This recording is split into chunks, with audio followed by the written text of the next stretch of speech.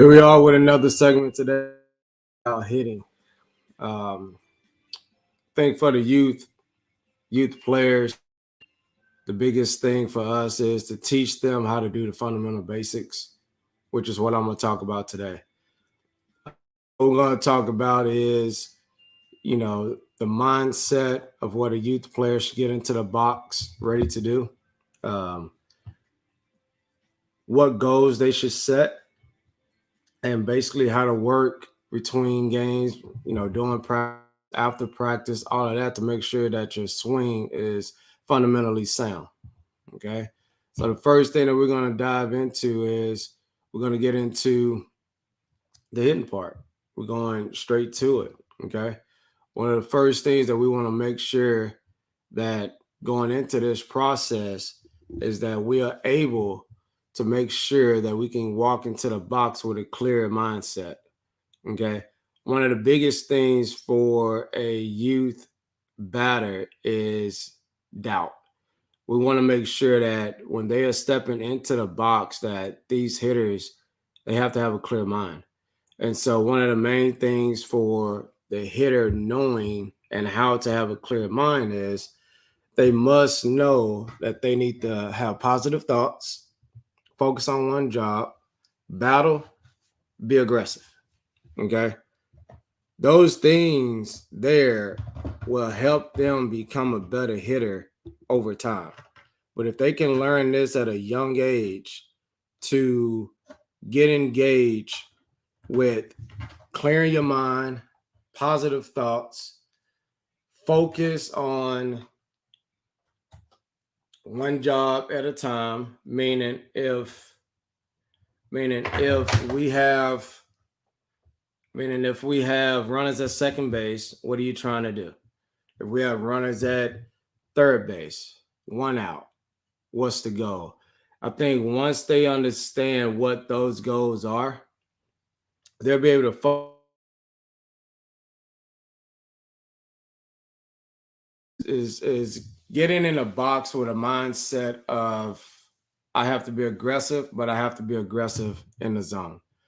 Okay, so the main thing for a young hitter is how can I make sure I'm ready to swing in an 0-0 count? You have to be aggressive. Okay. It goes back to the positive thoughts when you're coming out of the dugout, when you go into the on deck circle. Once you get into the on deck circle, seeing who's on base, seeing how many outs, and keeping in mind that your load, your stride, your balance, everything, you're trying to get in rhythm with the pitcher. Okay. Once you get into the box, you got to keep that focus on one job. If there's nobody on, we're trying to shoot the gaps hard early in the count. Okay. Battle, be aggressive. Um, the next thing is focusing on the pitcher. Focus on winning the battle is versus you and the pitcher. Okay. So, and as before, while the pitcher's warming up, you want to make sure you pay attention if he's throwing strikes, if he's throwing balls, anything like that, so you can focus on winning that battle. Mechanics. This is a topic where I think everybody can get into, mechanics. I'm not a big mechanic type of guy. For me, I think that if we can kind of create any type of mindset of showing the hitters some stance that they can pay attention to, anything that they can take watching other players and seeing that, okay, my whole stance, my hitting position, it has to be unique. It has to be your style. Nobody wants to hit the same. I see a lot of guys that teach one thing, and to me, everything is about, the hitter. What they are comfortable with.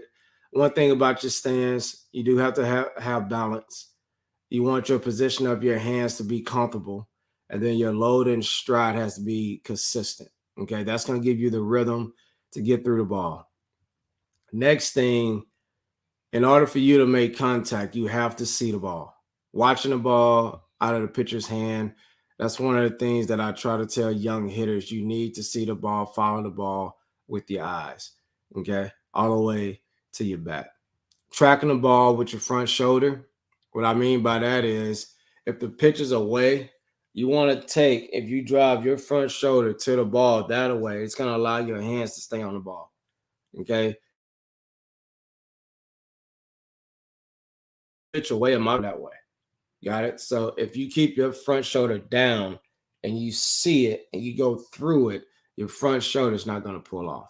If it's inside, you take it down so you don't wrap around and pull it foul. That's a way to keep it fair. Okay. You want to keep your head still. Okay. The next thing is keeping your head still. Don't want to pull off. Don't want to have a lot of head movement. Okay. And keep your front hip closed as you stride. I will do a video at our facility to better show what I mean by number 6. Okay. And then number 7, your back hip has to stay through the ball. Just picture your back pocket on your right hip if you're a right-handed hitter to where you're trying to finish through the ball, which you're trying to drive your back hip, that back pocket through the ball. Okay. And then finish high. What I mean by that is when you're swinging, once you get to contact here, you want to finish that way up. You don't want to start up. You want to get the contact, get through it, and drive through it. That's going to help you stay on plane longer through the ball once you make contact. Okay. What I'm going to talk about is we're going to talk about hitters, situation, and counts. Okay. One of the things that we want to make sure that we understand as hitters, you got to know the situation, you got to know the counts. Okay. The situation would tell you your approach before 2 strikes. Okay. Run at first base, you want to hit behind the runner, second base side. Run at second base, you want to hit middle of the field to right field. Okay. You want to keep the ball to the middle. Okay. Run at third base, you're looking to hit the ball to the outfield. That's just the general, steps that you want to take to make contact with the ball and drive the ball to the outfield. Next thing is the counts. Okay. 0-0, 1-0, 2-0, hit your pitch. You don't want to chase. In this situation, the last thing that you want to do is help the pitcher out. Okay. 0-2, you got to get in a two strike approach. You want to get in battle mode, spread out, choke up, whatever you have to do to make sure that you're short to the ball, that you're able to make contact and not strike out. It could be runners on base where you may have to just put the ball in play to advance the runner. To me, I'll call the 2-strike approach. You're playing team ball. Okay. 1-2, 2-2, 3-2. You're looking for contact as well. I think you want to make sure that one of the main things that you want to do as a hitter is you want to make sure you're able to drive the ball. Okay. Here are some splits that, some batters, from counts and everything like that. This is from 2018. I think as you can see, anytime that the count is in a hitter's favor, they're pretty much doing damage. Okay. So when I go back and we talk about the 0-2 counts, okay, you have to hit your pitch. Okay. We talk about not the 0-2, but the 2-0. And then we talk about the 1-0 counts. You want to hit your pitch. Okay. That's the best time for you to look for something to drop. See 1-0, 2-0, 3-0, 0-1, 1-1, 2-1, even 3-1. All of those are hitters count. You have to be ready to swing the bat. That's the one thing that you want to make sure in those counts, you want to be able and ready to swing the bat. Those are not take counts I know 2-0 in youth, everyone say, well, take a pitch. Well, you're kind of letting the pitcher get back in rhythm. 3-0. Every once in a while, I tell my teams, hey, green light. If it comes in there, I want you to swing for the fence. I do not want you to get cheated. Okay. That's something that you have to learn as a young youth hitter is you do not want to get cheated. Okay. Now we talk about, positioning of the barrel. Everybody's different.